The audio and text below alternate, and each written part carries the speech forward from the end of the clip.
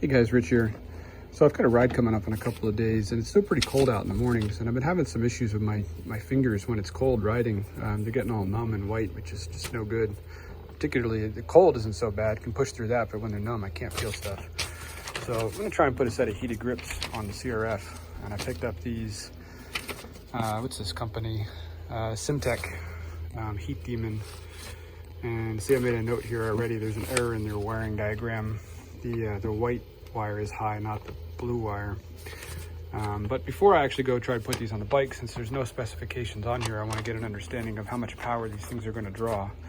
So I'm hooked up just here to my bench power supply, and these things are great because they show you can set them at any voltage you want, and you can limit the amperage as well. They'll do constant current or constant voltage. In this application, it's going to show me how many amps we're drawing, which is exactly what I want to see.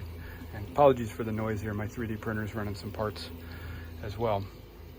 So on these, it's basically, this is just it's a thin piece of material, maybe like a plastic backing or something, or a thin piece of paper or plastic, with two heating elements on it. And the reason there's two heating elements is there's a low and a high. So one of the elements has higher resistance than the other. The red wire is common in this case, so that's essentially going to be our ground. And then the white wire is our high element, and our blue wire is the low element. So if I hook this up to the blue wire, always a little tricky with one hand. There we go. Now we're drawing 0.79 amps, and I have the voltage set at 13.8. That's pretty nominal for a 12 volt motorcycle or 12 volt vehicle. When it's running anyway. When it's off, it's going to drop down to probably about 12.5, 12.7. But when it's running, I'm drawing 0.79 amps on low. Now that's just one. The other one has a separate set of wires. So I have to double that figure for what this, wow, that warms up quick. That is nice.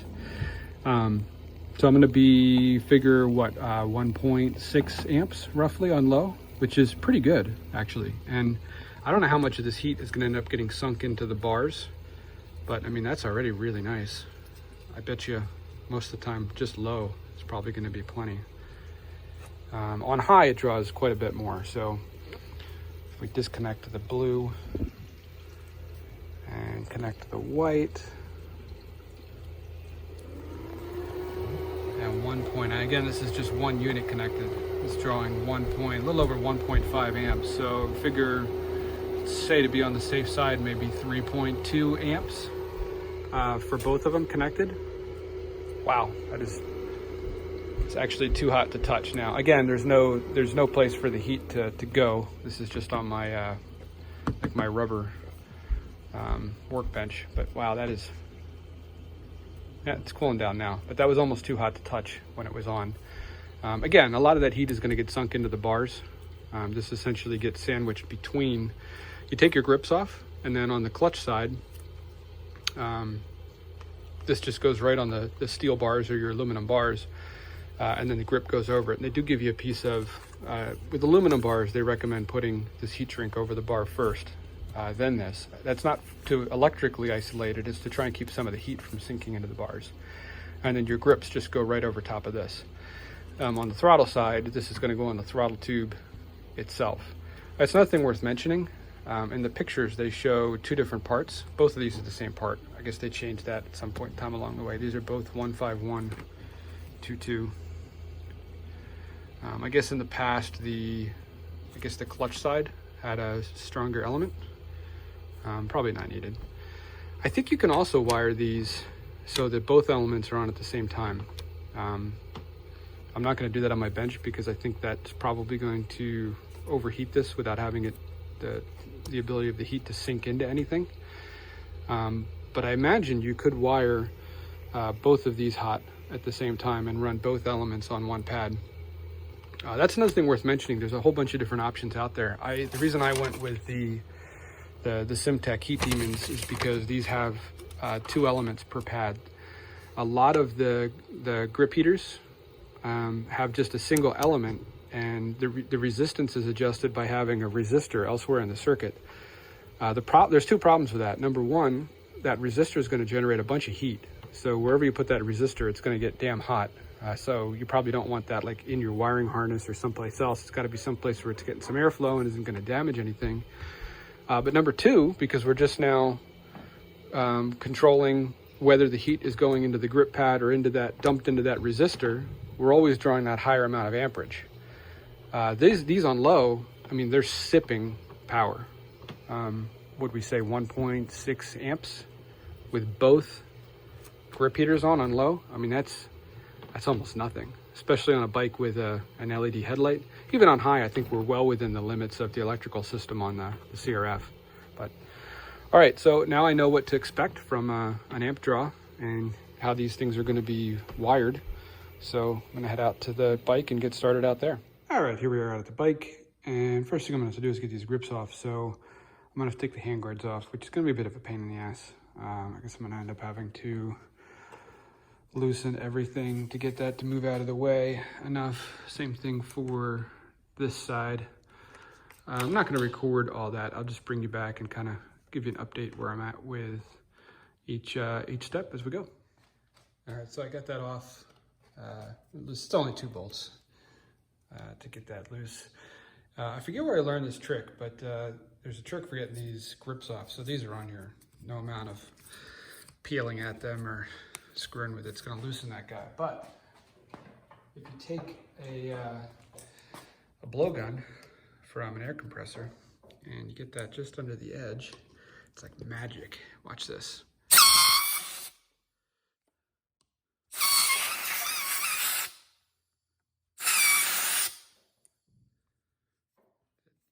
under there and inflates it just a little bit. It slides right off. I'll get it from this side now.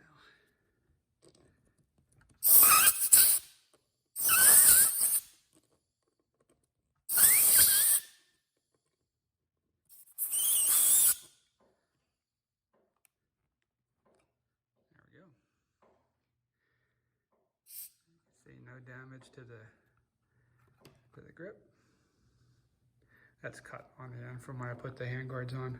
But that's a super neat trick. All you need is just a blowgun and an air compressor. And I don't have a big air compressor. It's like a little, I think it's maybe a 5 gallon or something, maybe 10 gallon.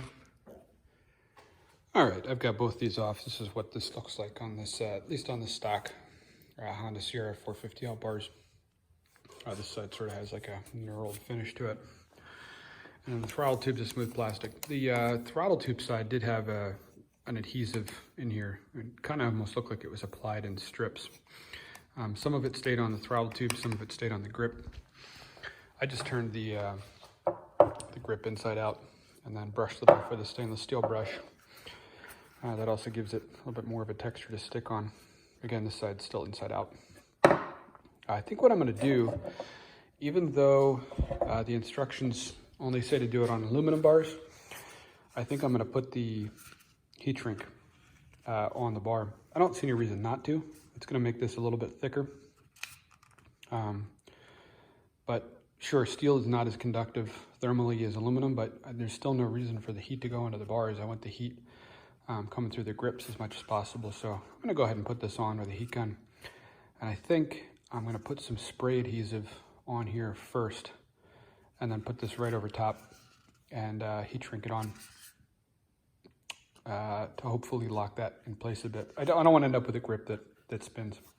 So I'll bring you back when I get that done. All right, so that side is on, and I used just Elmer's Craft Bond spray adhesive. They make adhesive that's specific for grips, but it's just there's 2 variants. There's one that's like a super glue, and there's one that is like just a contact cement, which is essentially what this is. So I think I don't think that's going anywhere. And then I wiped this surface down with isopropyl alcohol before I do the next step, which is going to be putting the actual grip heaters over top of this. So let's grab one. So this is going to go. It's going to go on here, and I'm going to come kind of close to the end to give room for these wires to clear. And I think I'm going to try and end up with this under the grip. It doesn't give specific instructions on that, but I don't really want these wires exposed, because if I do end up with some exposed, I could slip another piece of heat shrink down over top just to cover it. And these are adhesive backed. So I am going to peel this off, get this stuck on here, and I'll bring it back. Backing off, and I just stuck it kind of straight on here without wrapping it all the way around, because you want to make sure wherever you're routing your wire that your lever is not going to hit. I was originally thinking right here in the front, and I would have had interference with the lever, so make sure you're checking that first. I'm planning on coming kind of here and then routing the wires around, and then zip tying onto the same piece that's coming out of this the handlebar switch here. So I know I'm straight. I know my wire is going to route from where I've got it. So now I'm going to go ahead and wrap this the rest of the way around the bar.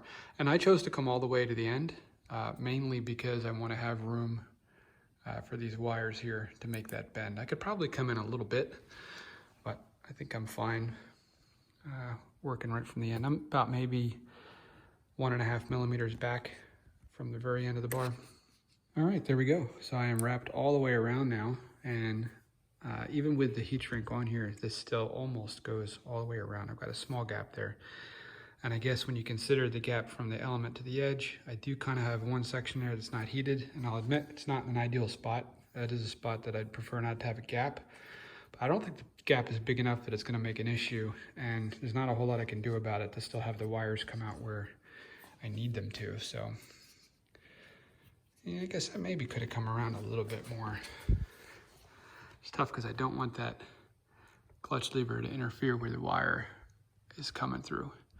See, it's not so much that it's going to actually hit the wire itself, but where I have to route around. Where it is now, it clears it. If I come any further, it's going to be hitting it. Even with the grip on there, it's going to be darn close. So I think I'm going to try and keep it there. All right, so I've got this side all back together.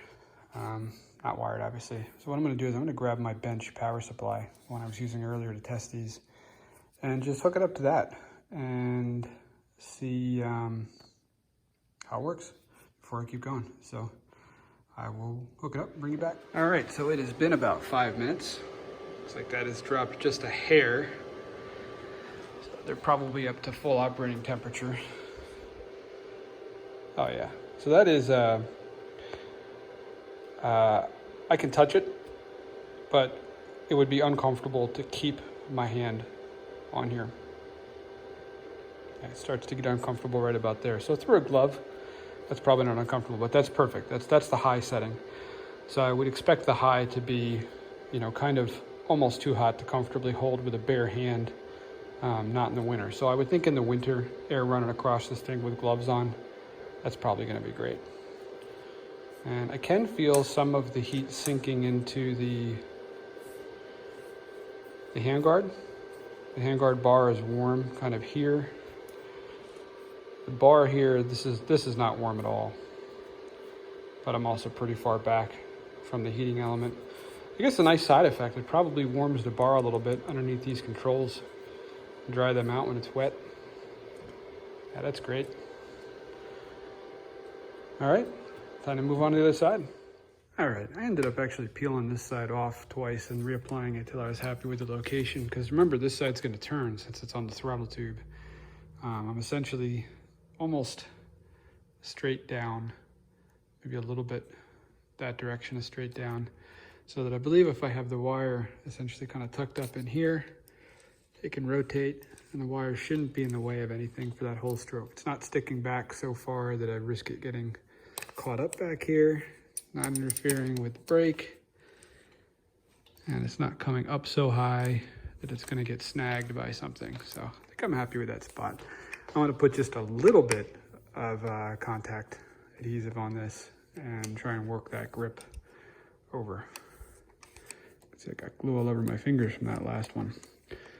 Again, key thing here being just a little bit of contact adhesive. I don't want the grip to rotate, but yeah, I totally overdid it on that last one. All right, so I did a test fit on this side without the glue, and I'm glad I did, because this grip has a lip inside of it there that goes around this ring on the throttle tube.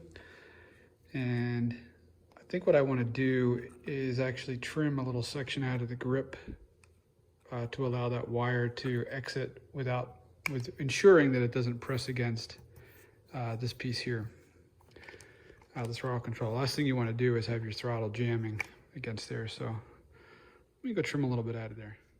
All right, so that's what that looks like. I just used some wire cutters just to nibble some of that out of there. Hopefully that'll allow the wire to exit out of there cleanly and still seat against that ring. All right, I am really quite pleased with how that worked out. A little tough to see, but now it fits on that ring properly, and the wire comes out safe distance away from this piece here. So I just tested this to make sure that the grip heater is working. It's working.